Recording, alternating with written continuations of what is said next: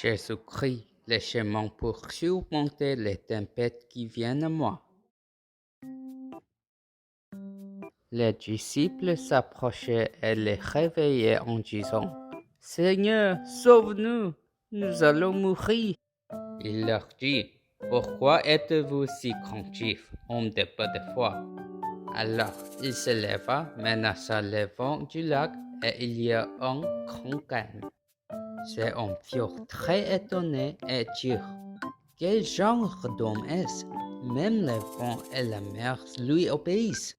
Matthieu chapitre 8, versets 25 à 27. La tempête ne vient pas de loin, venez d'où que vous soyez.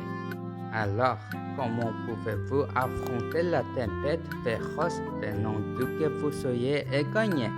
Jésus est le Christ. Nous sommes enfants de Dieu. Tous les problèmes sont finis. Satan va-t-en, rempli du Saint-Esprit. Évangélisation mondiale.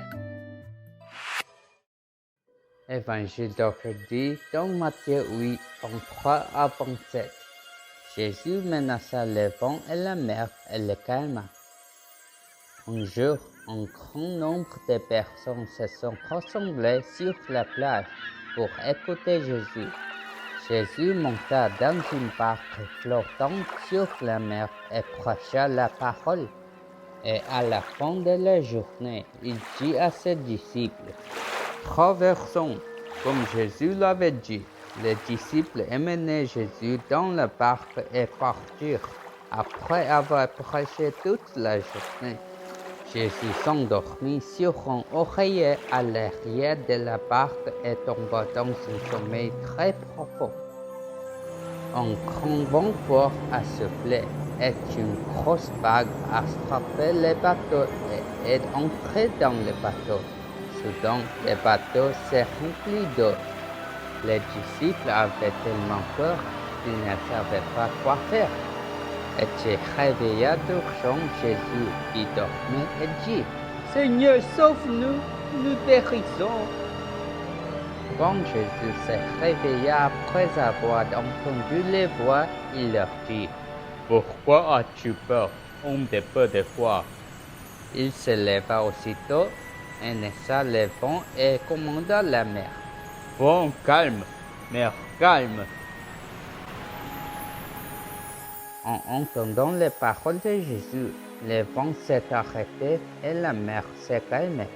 Les disciples parlaient entre eux avec crainte et tremblement. Qui est Jésus que le vent et la mer obéissent à ses paroles? Notre Jésus est le Dieu qui gouverne le vent et la mer, le Seigneur de toutes choses, le Créateur du monde. Ainsi, nos restes qui sont toujours avec Jésus-Christ n'ont pas à craindre même face aux tempêtes. Pourquoi nous besoin seulement de Jésus-Christ, la postérité de la femme de Genèse 3:15? La raison est qu'Adam et Ève ont été tentés par Satan, le menteur cupide et aliénateur qui est apparu dans le jardin d'Éden, dans Genèse 3, et a quitté Dieu, et maintenant avait une maladie spirituelle. Satan, qui est invisible, a résisté à Dieu, a été jugé et jeté sur cette terre.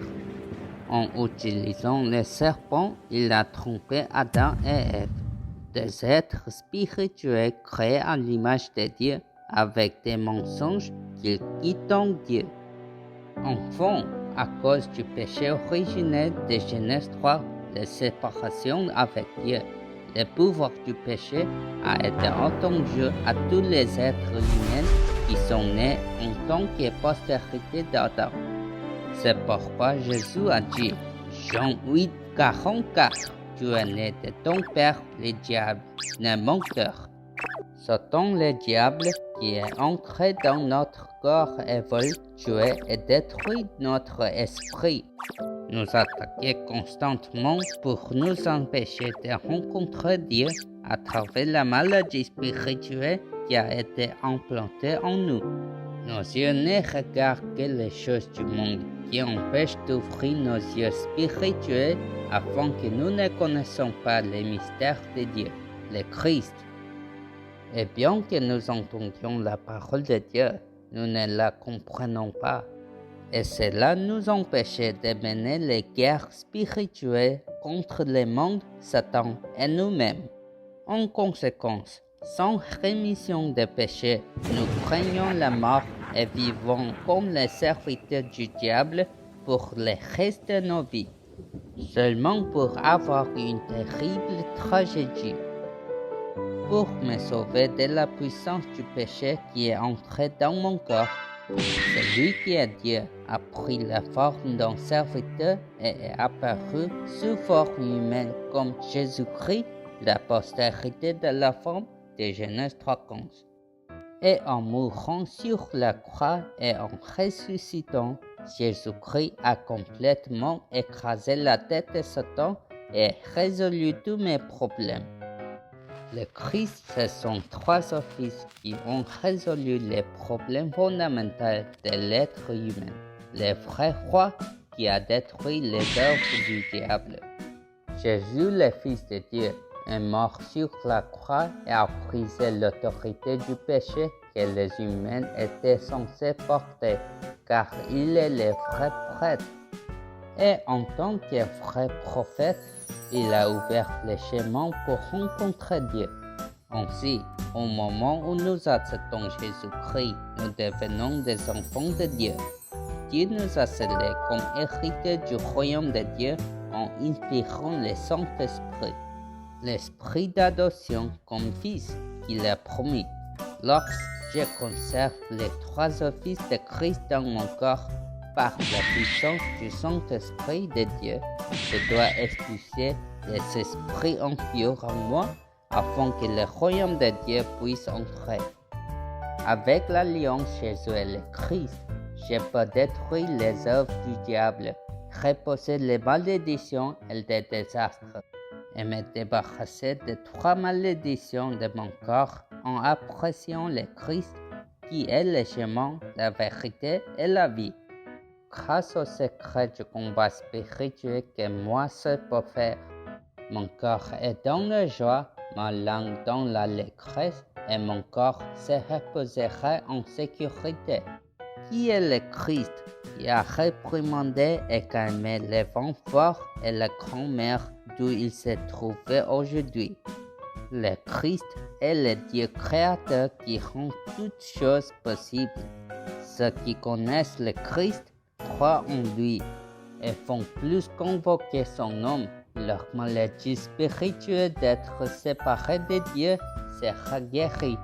Leur esprit, leurs pensées et leur corps confus reposeront en sécurité. Maintenant, je vous bénis que nos restes jouissent aussi fièrement de l'identité et de l'autorité d'être des enfants de Dieu en restaurant son image, en invoquant le nom du Christ, qui calme la tempête et réprimant la tempête qui est également tombée sur vous et devient la sommaire spirituelle de l'évangélisation mondiale qui sauve 237 pays à travers le monde. Dieu Tout-Puissant, j'ai souffert de la maladie spirituelle que Satan, avec la puissance du péché, a implantée dans mon corps et m'a séparé de vous.